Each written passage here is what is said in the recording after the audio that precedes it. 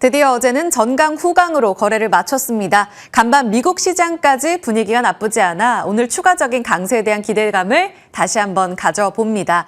11월 기술주 조정 국면을 지나면서 이제 울퉁불퉁한이 아니라 평평한 구간으로 진입한 시장. 이렇게 오늘 시황 리포트가 오전에 나왔더라고요. 이제 평평한 구간 안에서 추가적으로 도약할 수 있는 모멘텀은 어디에 집중을 해야 될까요? 오늘 종목 안에 힌트 있는지 프리마켓 시세부터 체크하겠습니다. 어제 환율 안정 정책을 본 외국인들 수급이 유입되면서 다시금 우리 시장을 담는 모습이 확인됐습니다. 오늘 수급 연속성 반도체 다시 한번 이뤄질 수 있을까요? 미국 간밤 미국 시장에도 AI 기술주가 되살아난 모습을 보인 가운데 오늘 삼성전자와 SK하이닉스 1% 이상의 강세 움직임 나오고 있습니다. 2차 전지 어제 분위기 매우 좋았습니다. 간밤 엘버말, 퀀텀스케이프, 테슬라 모두 강세로 거래 마친 가운데 오늘도 2차 전지 막판까지 분위기 보셔야겠고요. 에코프로 BM 1%의 강세로 프리마켓 시세 분위기 좋습니다. 현대차 강보합권, 삼성바이오로직스 다시 한번 반등 도모하네요. 다음 넘어가겠습니다. 바이오가 다소 조용한 가운데 리가캠바이오, 앞서 보신 대로 펩트론도 파란불로 전환이 되면서 오늘 바이오의 수급 이동 움직임도 확인이 필요하겠습니다. 그런 가운데 다시 한번 대형주 주도의 강세 움직임이 프리마켓 시세에서 포착이 되고 있습니다. 지금 두산 에너빌리티가 어제에 이어서 다시 한번 강세로 움직임이 나오고 있고요. 원전 관련해서 국내 내부적인 정책 그리고 미국에서 본격적인 지원에 나서겠다라는 내용이 이틀째 모멘텀으로 작용할지 눈여겨보셔야겠습니다. 한화 에어로스페이스가 5% 급등이네요. 이 내용 바로 연결해서 좀 체크해 보도록 하겠습니다. 누리호 4차 발사 성공 소식과 함께 드디어 움직입니다. 자, 거래량을 동반하면서 움직이는 쪽의 힌트는요. 삼성전자와 소부장단입니다. 지금 태성도 4% 넘게 급등 움직임 나오고 있고요. 세크 마찬가지입니다. 그리고 두산 에너빌리티와 마찬가지로 한정기술 같은 원전 관련 종목들도 지금 빨간불이 들어와 있고요. 한화 에어로스페이스와 함께 AP위성, 사실 11월 한 달 동안 한국항공우주 제외하고는 우주항공주가 좋지 못했는데 이쪽으로까지 오늘 반등 움직임이 예상되고 있습니다. 자, 시세는 여기까지 좀 체크해 보도록 하고요. 오늘의 주요 포인트 넘어가기에 앞서서 핵심적인 내용들 먼저 다뤄보겠습니다. 가장 중요한 건 새벽 동안에 있었던 내용인데요. 밤새 잠 못 주무시고 아마 이 내용 생방송으로 보신 분들도 많이 계셨을 것 같아요. 드디어 한국형 발사체 누리호 4번째 발사가 진행이 됐고 성공적으로 마쳤습니다. 목표 궤도에도 진입했고 위성 분리도 성공적, 위성 교신까지 이뤄졌다고 하는데 자세한 내용 저희 기자 연결해서 이야기 들어보겠습니다. 현장에 나간 이상현 기자 바로 연결해서 내용 듣습니다. 오전 1시 13분 전남고흥 나로 우주센터에서 4번째 한국형 발사체 누리호가 힘차게 하늘로 치솟습니다. 누리호는 이륙 2분 만에 고도 65.7km에서 1단 로켓을 분리했고 3분 50초 후에는 고도 200km를 돌파해 보호덮개를 성공적으로 제거했습니다. 발사 12분 뒤에는 고도 600km를 돌파하면서 2차 분리를 마쳤고 13분 10초부터 탑재 위성을 본격적으로 분리하기 시작했습니다. 이번 발사는 첫 민간기업 주도 발사라는 점에서 의미가 있습니다. 우주항공청과 한국항공우주연구원은 민간기업에 누리호 제작 기술을 이전했고 한화 에어로스페이스가 4번째 누리호 조립 제작을 총괄했습니다. 다만 발사 직전에는 엄빌리컬 회수 압력 센서 이상으로 발사 시각이 18분 미뤄지는 일이 발생하기도 했습니다. 엄빌리컬은 발사체에 연결돼 전원을 공급하고 장비 제어와 모니터링 신호를 전송하는 역할을 하는데요. 현장 조사 결과 센서만 오작동일 뿐 압력은 정상으로 확인됐습니다. 누리호는 예정된 비행을 안정적으로 수행해 18분 25초 만에 탑재 위성을 모두 성공적으로 분리했습니다. 주 탑재 위성인 차세대 중형위성 3호가 가장 먼저 분리됐고 이어 12기의 큐브 위성이 20초 간격으로 2개씩 순차적으로 차출됐습니다. 특히 누리호의 엔진 성능이 예상값보다 높게 나타났고 단계별 분리와 엔진 교체 절차가 빠르게 진행되면서 예상 비행 시간보다 3분 정도 단축됐습니다. 우주항공청은 순서대로 탑재 위성의 교신 성공 여부를 발표할 계획입니다. 차세대 중형 위성은 오전 1시 55분 남극 세종기지 지상국과 교신에 성공했습니다. 이후 대전 항오현 지상국과 2차례, 남극 세종기지, 노르웨이 스발바드 등 해외 지상국과 14차례를 추가로 교신할 예정입니다. 해당 결과는 오늘 오후 12시쯤 나오고 큐브 위성 교신 결과는 다음 달 2일 공개될 예정입니다. 지금까지 전남 고흥에서 머니투데이 방송 이상현이었습니다. 네, 깜깜한 하늘을 날아오른 누리호 위성 성공적으로 교신됐다는 내용과 추가적으로 받아들 교신 내용들까지 좀 가슴 설레면서 지켜봐야겠습니다. 일단은 정부에서 민간 주도로의 이 우주 시대가 열렸다라고도 평가해 볼 수가 있을 텐데요. 오늘 우리 시장에는 어떻게 반영될지 바로 또 연결해 보도록 하겠습니다. 이상윤 기자 잘 들었습니다. 자, 그러면 오늘 내용에서는요. 중요한 게 바로 관련주들의 움직임입니다. 지금 우주 항공 종목들 쭉 연결을 해놨는데요. 사실상 한화 에어로스페이스와 한국항공우주가 누리호에 직접적으로 연결되어 있는 관련주입니다. 앞서 이야기 들으신 대로 누리호 발사 기술 이전, 항우연으로부터 기술 이전을 받아서 이번에 제작 총괄을 맡았습니다. 그래서 사실상 이번에 성공적이면 항우연에서 받은 기술 이전으로 한화 에어로스페이스가 조립을 매우 잘했구나. 이것이 성공 팁이었구나라는 평가가 나올 거다라는 이야기들이 많았었거든요. 그런 움직임 안에서 결국은 성공적으로 잘 조립이 됐고 그다음 발사에 대한 기대감을 높인다라고 볼 수 있습니다.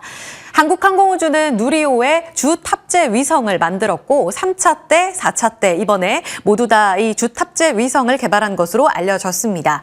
그리고 나머지 쪽으로는 지금 우주항공주 사실 센티적으로만 영향을 받을 뿐 직접적인 연결고리는 없는데요. 앞서 이야기 들으신 대로 민간 주도의 이 뉴스페이스가 열리게 되면 우리 쪽 안에서의 인공위성 관련한 기술력에 대해서도 기대감을 가져볼 수 있는 대목입니다. 이렇게 매기가 확산될 수 있을지 같이 따라가 볼 필요가 있겠고요. 두 종목을 좀 체크해 볼 텐데요. 앞서 말씀드린 한국항공우주와 한화 에어로스페이스인데 주가가 11월 한 달 동안 분위기가 다른 모습을 보여줬습니다. 한국항공우주의 경우에는 지금 월봉 차트인데요. 마치 예쁜 천국의 계단처럼 쌓아 올리는 모습이 굉장히 좋죠. 11월 한 달 동안에 6% 상승하면서 이렇게 연일 월봉, 양봉을 기록했고요. 연간 올해 동안에는 100% 상승률을 기록했습니다. 기관이 11월 한 달 동안 이 한국항공우주를 담은 것으로 확인이 됐고 한 달 동안의 순매수 5위 차지하면서 3천억 원 넘는 자금이 기관으로부터 순매수 규모로 들어오며 주가를 끌어올렸습니다. 지난 2023년 5월에 3차 발사가 있었는데요. 이때 5월 19일, 20일 이렇게 이틀 정도 모멘텀을 받았는데 이때 당시에는 3% 상승에 그쳤었거든요. 당시 한화 에어로스페이스 뒤에서 보여드리겠지만 이때는 5% 올라가면서 두 종목 모두 다 드라마틱한 상승을 보여주진 못했어요. 그런데 한 달 동안의 6%의 상승, 그 이후엔 과연 세론일까? 아니면 여기서 추가적으로 재평가의 길로 접어들게 될까? 이것이 핵심입니다. 사실 증권가에서 보는 건 2026년의 모멘텀으로 기대해 본다면 우주항공보다는 확실히 방산 쪽에 집중을 하고 있는데요. 내수 쪽으로도 올 한 해 좀 좋지 못했던 부분들 매출이 회복되고 수출 확대되면서 드디어 2026년 도약의 시기를 맞이할 거라며 15만 원까지 보고 있습니다. 지금 옆에는 차세대 중형 위성 이 누리호에 잘 탑재가 된 발사 주 탑재 위성의 내용을 쭉 보고 계시는 거고요. 새벽에 발사가 된 이유도 지금 오로라를 관측하기 위해서. 그런데 오로라가 그저 아름다울 뿐만 아니라 여기에서 추가적으로 통신 위성과 관련돼서 태양의 움직임을 관측하는 데 매우 중요하다고 하죠. 이런 임무를 1년 동안 맡게 됩니다. 이렇게 임무를 성실히 해내고 우주항공과 관련된 한국항공우주의 재평가 모멘텀으로도 다시 한번 반영이 될 수 있을지 지켜보실 필요가 있겠습니다. 주가는 잠시 후에 체크해보고요. 여기까지 보겠습니다. 한화 에어로스페이스랑 같이 좀 대조적으로 보시면 좋을 것 같은데요. 앞서 한국항공우주는 6% 한 달 동안 올랐는데 기관 외국인의 픽을 받지 못한 한화 에어로스페이스는 한 달 동안 11% 하락했습니다. 물론 우린 다 알고 있죠. 한화 에어로스페이스가 작년, 올해 주가 퍼포먼스가 매우 좋았다는 걸요. 지금 연간으로 봤을 때 170%가량 올라오면서 지난 9월에 고점을 찍고 10월, 11월 이렇게 음봉을 기록하고 있습니다. 11월엔 낙폭이 조금 더 컸고 기존 주도주들이 쉬어갔던 이런 시장 분위기도 분명히 영향을 줬을 텐데요. 아까 말씀드린 대로 3차 발사 당시에 5% 상승에 그친 가운데 주가 마이너스 11%라면 사실상 이 모멘텀을 전혀 주가에는 기대하는 모습이 없었다라고도 볼 수가 있을 겁니다. 하지만 누리호 4차 발사의 성공 소식이 이제 실망감, 그러니까 기대감이 없는 이 자리에서 다시금 모멘텀으로 작용할 수 있을지를 지켜볼 필요가 있겠고요. 사실 누리호 성공적인 발사, 단기 센티를 자극할 모멘텀 말고도 내년도에 대한 기대감도 매우 큽니다. 2027년 기준으로 봤을 봤을 때 PER이 25배인데 유럽 방산 업체들 대비로 봐도 여전히 밸류에이션은 싸다고 보면서 한국투자증권은 150만 원까지 보고 있습니다. 자, 지금 프리마켓 시세 반응은요. 못 갔던 한화에어로스페이스가 마치 누리호처럼 조금 더 강하게 치솟는 모습을 보여주고 있습니다. 시가 부근에서 조금 조용했다가 다시 한번 8시 한 10분 직전에 고점을 형성했고요. 91만 원까지의 움직임을 현재 보여주고 있습니다. 한화에어로스페이스 11월 한 달 내내 두 자릿수의 하락을 보이면서 전혀 기대감이 없는 모습으로 내려앉았고요. 80만 원대까지 조정, 이제 90만 원, 증권가에서 보는 140, 150만 원의 업사이드를 기억한다면 지금이 기회일지 보셔야겠고요. 한 달 내내 6%가량 올랐던 항공우주는 오히려 시가가 고점이 되면서 기대감이 커 보이진 않습니다. 세론이 나온다면 지금은 어떤 대응이 필요할까요? 두 종목에 대한 전략 잠시 후에 세워보겠습니다. 이 부분은 계속 업데이트를 드리고 있습니다. 어제 최종 결정이 났죠. 네이버와 두나무 드디어 손을 잡고 20조 핀테크 공룡이 탄생했다는 평가가 나오고 있습니다. 둘이 합쳐서 가상자산, 스테이블 코인, 새로운 생태계를 구축하며 전통 금융사를 대체할 거라는 기대감까지 나오고 있는데요. 지금 두나버스 이렇게 표현을 하더라고요. 이 새로운 생태계에 대한 기대감, 증권시장은 어느 정도나 반영을 하게 될까요? 일단 어제 이사회에서 최종적으로 결정이 나면서 주식 교환 비율 1.3 전후로 해서 기업 가치 결정이 됐고요. 현재는 이해진 네이버 의장 아래로 네이버와 네이버 파이낸셜 이렇게 자회사가 있었고 두나무가 분리되어 있었다면 주식 교환 이후에는 이해진 네이버 의장 그 아래 이제 최대 주주로 등극한 송치형 두나무 회장이 나오고요. 네이버 파이낸셜이 두나무를 100%로 끌어안는 모회사가 되는 구조입니다. 바뀌는 건 결국 이 두나버스가 어떤 역할을 해낼지입니다. 스테이블 코인 발행, 자산 토큰화, 가상자산 투자 원스톱 제공하는 이 세 가지 이상으로의 역할을 해줄 것으로 기대되고 있는데요. 증권사에서의 평가는 좋습니다.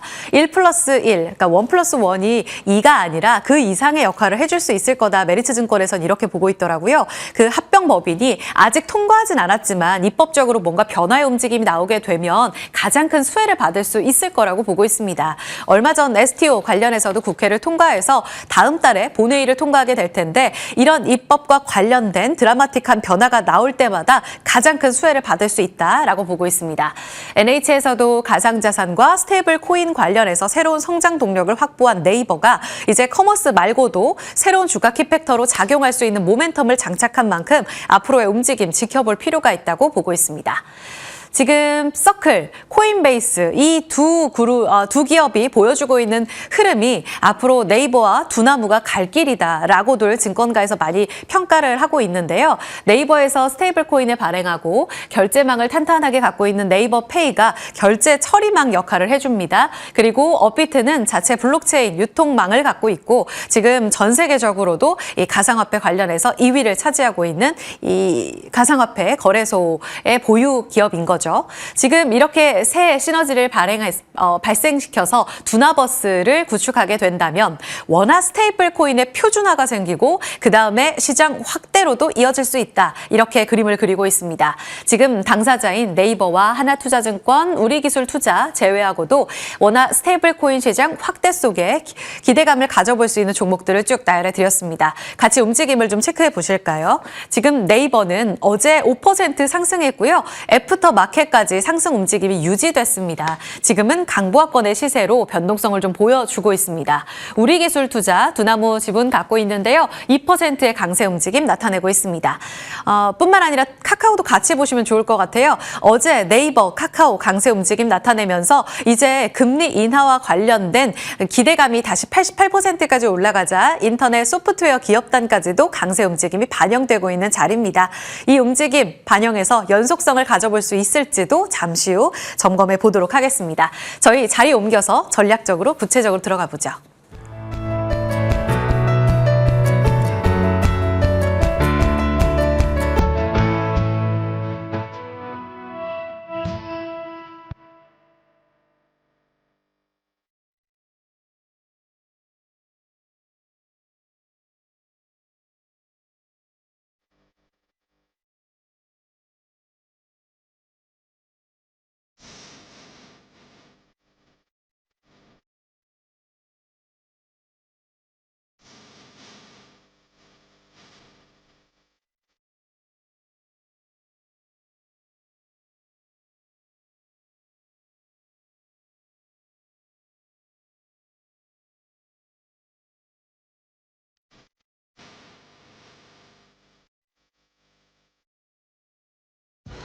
네, 어제 전강후약 오늘도 이어질 수 있기를 수급과 함께 기대감 갖고 시장 분위기를 지켜보게 됩니다. 개장까지 9분 정도 남겨두고 있는데요. 3,990선 회복 시도에 나서는 지수, 코스닥도 0.5% 올라 880선 위에서 출발 대기하고 있습니다. 김성훈 KM파트너스 대표, 이재규 AJ인베스트먼트 주식전략본부장 모셨습니다. 두 분 어서 오세요. 안녕하세요. 네, 김성훈 대표님, 누리호 4차 발사 성공했습니다. 한국항공우주보다 지금 프리마켓 예상 호가로는 한화 에어로스페이스가 좋습니다. 이제 민간 뉴스페이스 기업의 대장으로 새롭게 재평가 받을 수 있는 자리인가요? 네, 일단 그동안에 한국항공우주가 굉장히 강력한 상승세를 보인 반면에 한화 에어로스페이스는 사실 주가가 그렇게 움직임이 없었다가 오늘 반등을 좀 보여주는 상황인데, 상대적으로 보면 매력도는 저는 이제 한국항공우주에 있다라고 보지만, 뭐 주기기 탑재라든가 이런 전반적인 흐름은 사실 업무라든가 이제 전반적인 흐름은 한국항공우주에 있지만은 지금 4차부터 김동관 부회장을 필두로 해서 한화 에어로스페이스 쪽이 여러 가지 또 임무를 좀 수행하는 쪽으로 본다라고 하면은 오늘에서의 시각에서는 지금 이 밸류 부담이 없는 한화 에어로스페이스에 좀 더 무게감을 좀 실으는 편이고, 그리고 연말 수주 공백에 있어서 한화 에어로스페이스가 사실상 주가가 좀 반등을 못한 부분이 있다라고 그쵸. 하면은 연말 이후에 연초부터 이제 국가 이 예산이라든가 이런 전략적으로 본다면 UA라든가 이 K9 또 이 자주포에 대한 또 수주 모멘텀이 연초부터 살아날 수 있어서 지금 시각에서는 단기적으로는 한화 에어로스페이스에 손을 들어주고 싶지만은 12월에 있을 미국 고등 훈련기 입찰이 이제 있습니다. 한국항공우주가. 그래서 이 전체적인 장기적인 플랜트로는 저는 그래도 한국항공우주의 주가 반등 여력을 좀 더 높이 본다라는 말씀 드리고 싶습니다. 그럼 조정 시에 한국항공우주를 접근하는 게 더 장기적으로 매력적이다?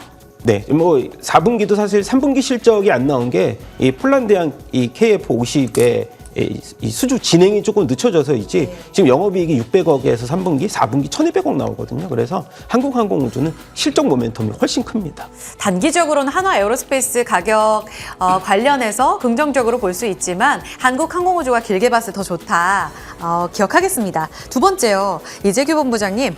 스테이블 코인 시장, 이제 본격적으로 네이버랑 두나무가 손잡음에 따라 우리도 우리만의 표준화가 생기겠구나. 물론 입법은 조금 다른 과제이긴 합니다만 분명히 시장에 시사점이 있지 않습니까? 이제 달리 봐도 될 종목들이 있을까요? 네, 일단 뭐 네이버에 대해서는 긍정적인 말씀을 좀 드리고 싶어요. 하지만 우리가 지금 주주총회에서 또 한번 과정이 좀 남아있다라고 보시면 좋을 것 같거든요. 그래서 그게 제가 알기로는 내년 5월 달로 알고 있습니다. 그래서 지금부터 아직까지는 시차가 좀 남아있기 때문에 그 모멘텀만 가지고 단기적으로 접근하시는 것은 좀 무리가 있지 않을까라는 말씀 드리고 싶고요. 전반적으로 이제 네이버 같은 경우는 2026년도에 예상이 되고 있는 매출과 영업이익 같은 경우는 뭐 커머스도 마찬가지고요. 광고 쪽도 마찬가지고 성장이 예상이 되고 있기 때문에 약간은 가치 투자의 느낌으로 지금부터는 접근을 하셔도 좋을 것 같습니다. 다만 이 스테이블 코인과 관련되어 있는 부분들 같은 경우는 일단 시장에서 관심도가 굉장히 높지만 아직까지는 조금 시간이 남아있다는 관점으로 보시는 게 맞지 않을까라는 말씀 드리고 싶고요. 시간이 좀 지나면 오늘 같은 경우도 이제 비트코인이 어느 정도 반등을 해주면서 위험자산 쪽으로 자금이 들어오고 있는데, 우리가 과거에는 비트코인이 변동성을 많이 보인다라고 하면 빗썸이나 뭐 업비트에 대한 지분을 가지고 있는 기업들의 변동성이 굉장히 단기적으로 많이 나왔었죠. 근데 그런 흐름이 앞으로는 네이버를 필두로 해서 나올 가능성도 있다라고 생각이 됩니다. 그래서 우리가 이제 가상자산과 우리나라 기업 중에서 변동성이 가장 비슷하게 나올 수 있는 종목군들을 뽑자라고 한다면, 물론 네이버가 다른 사업도 많이 영위를 하고 있기 때문에 완전히 테마성으로 움직인다라고 말씀드릴 수가 없겠지만 비트코인의 가격이 올라감에 따라서 네이버 같은 경우도 향후에는 긍정적으로 동조화되는 모습이 어느 정도 나올 수도 있지 않을까라고 생각이 되기 때문에 기업의 성장성이 생겼다라는 부분, 그리고 이제 가상화폐와도 가상자산과도 많이 연동이 될 수 있다라는 부분들 같은 경우는 긍정적인 점수를 줄 수 있을 것 같습니다. 네, NHN KCP 이전에 주셨었단 말이에요. 2달 만에 50% 가까운 상승률을 보였는데 지금 다시 한번 그럼 2만 원 도약을 꿈꿀 수 있는 자리인지 한 번 더 AS 주시면 어때요? 네, NHN KCP 같은 경우는 그죠. 2만 원을 다시 한번 목표로 할 수 있을 것 같습니다. 현재 16,800원대에서 거래가 되고 있는데 20% 정도네요, 목표치가. 네. 그래서 저는 뭐 NHN KCP 같은 경우는 시간이 좀 걸린다라고 하더라도 2만 원대는 다시 한번 도전해 볼 수 있지 않을까라고 생각이 돼서 다시 한번 공략할 수 있다라는 말씀 드리고 싶고요. 만약에 주가가 밀려 내려온다라고 한다면 15,000원대를 손절가로 잡는 것이 기술적으로는 필요하다라는 말씀 드리겠습니다. 네, 반도체입니다. 미국에서 기술주 다시 되살아났고 엔비디아가 가니까 두산, 하이닉스, 재반등 나오네요. 그중에 저희 지난주에 김성훈 대표님 테크윙 주셨어요. AS 겸 여쭤봐야 될 것 같은데 좀 낙폭이 깊었다가 지금 반등을 줄 것으로 예상이 되고 있어요. 오늘의 반등 오히려 재공략 시점으로 삼아도 될 자리라고 보세요? 네, 일주일만 늦게 얘기할 걸 그랬습니다. 일단은 테크윙이 지금 HBM 라인이잖아요. 큐브 프로브라고 하는. 근데 상대적으로 보면은 제가 이제 테크윙을 드렸던 이유가 앞서서 SK 하이닉스의 퀄테스트가 통과가 됐고 그 다음번에 연말에 있을 마이크론의 퀄테스트 통과가 남아 있거든요. 지금 큐브 프로브 장비가 매출이 지금 인식이 되는 시점이 하반기부터 인식이 됐고 그것이 삼성전자 향으로만 모멘텀이 나왔다고 하면은 내년부터 SK 하이닉스 그리고 이제 마이크론의 이 큐브 프로브 장비가 매출이 굉장히 빠르게 확대가 될 겁니다. 사실 HBM 적층 전에 웨이퍼 전수를 한꺼번에 한 200개 이상을 할 수 있는 굉장히 좀 유용한 장비로서 사실 발주가 모멘텀이 내년에 한 100대 이상 좀 진행이 된다라고 했을 때 영업이익이 2천억 원 나오거든요. 그래서 사실 밸류로 따졌을 때 내년 선행 지금 9배 수준밖에 안 되기 때문에 이 지금의 반등을 한 번 더 주목을 해보자라는 말씀. 그리고 이번에 엔비디아 반등과 SK하이닉스가 신용융자 잔고가 일부 이제 좀 소진이 된다라고 했을 때 테크윙이 같이 또 움직일 가능성들 한번 지켜보시기 바라겠습니다. 네, 우려가 일부 반영됐고 이제 가볍게 움직일 수 있는 자리 제공략으로 다시 한번 테크윙 들어봤습니다. 두 분이 오늘 관심주로 가져오신 종목 여쭤보겠습니다. 업태가 달라요. 먼저 김성훈 대표님 리가켄바이오 주셨습니다. ADC 대장으로 가자. 이유는요? 일단 이 저항선이었던 17만 원을 아주 강하게 최근에 이제 돌파를 했었고 뭐 이벤트 여러분들이 많이 아시겠지만 LCB84 사실 이게 임상 1상 또 이 존슨앤존스가 이제 종료되고 나서 콜옵션 때 이제 3천억 원의 로열티 수익이 거의 확정적으로 진행이 될 거고 그다음에 LCB14 같은 경우는 지금 이 로슈와의 기술 이전 계약 가능성들이 굉장히 커지고 있어서 사실 지금 금리 인하 가능성들이 거의 12월에 기정사실화 되는 상황에서 가장 어저께도 그렇고요. 2차 전지를 비롯해서 바이오 업종들의 이 수급 이 전환이 굉장히 빠르게 있다라고 하는 점에서 사실 리가켄바이오 같은 경우는 에로 기업 중에서 이격이 좀 굉장히 덜 벌어졌어요. 왜냐하면 그만큼의 이슈와 이벤트가 존재하는 반면에 주가가 좀 무거운 상황에서 이번에 기술 이전 모멘텀들이 하나 터지고 나면은 충분히 고점에 대한 상승을 추가적으로 나올 수가 있다라고 봅니다. 목표가 22만 원, 손절가 16만 원 제시하도록 하겠습니다. 네, 이대로 쭉 22만 원까지 리가켄바이오 설명 들어봤고요. 이재규 본부장님은 코인테크 주셨어요. 오히려 지금 김성훈 대표님의 이 바이오 종목들 쭉쭉 올라가잖아요. 11월에 좀 조정받은 종목으로 주셨는데 어떤 포인트일까요? 일단 로봇 쪽에도 자금이 다시 한번 들어올 수 있지 않을까라는 관점에서 말씀을 드리고 싶고요. 뭐 코인테크 같은 경우는 뭐 팩토리, 스마트 팩토리와 관련되어 있어서 기술력을 가지고 있다라고 보시면 좋을 것 같습니다. 뭐 최근에 관련된 기업들, 뭐 일부 기업들 같은 경우는 아직까지 시세가 이어지고 있기 때문에 잠깐 단기적으로 이제 우리가 변동성을 노려본다라고 한다면 트레이딩 관점으로 이 스마트 팩토리와 관련되어 있는 기술력을 가지고 있는 기업을 보실 필요가 있고 주주환원 쪽에 대해서도 강화를 하겠다는 내용들이 나오고 있거든요. 이런 부분들이 연말까지는 그래도 좀 메리트로 부여될 가능성이 높다라고 보여지기 때문에 목표가 18,000원, 손절가 12,500원 말씀드리겠습니다.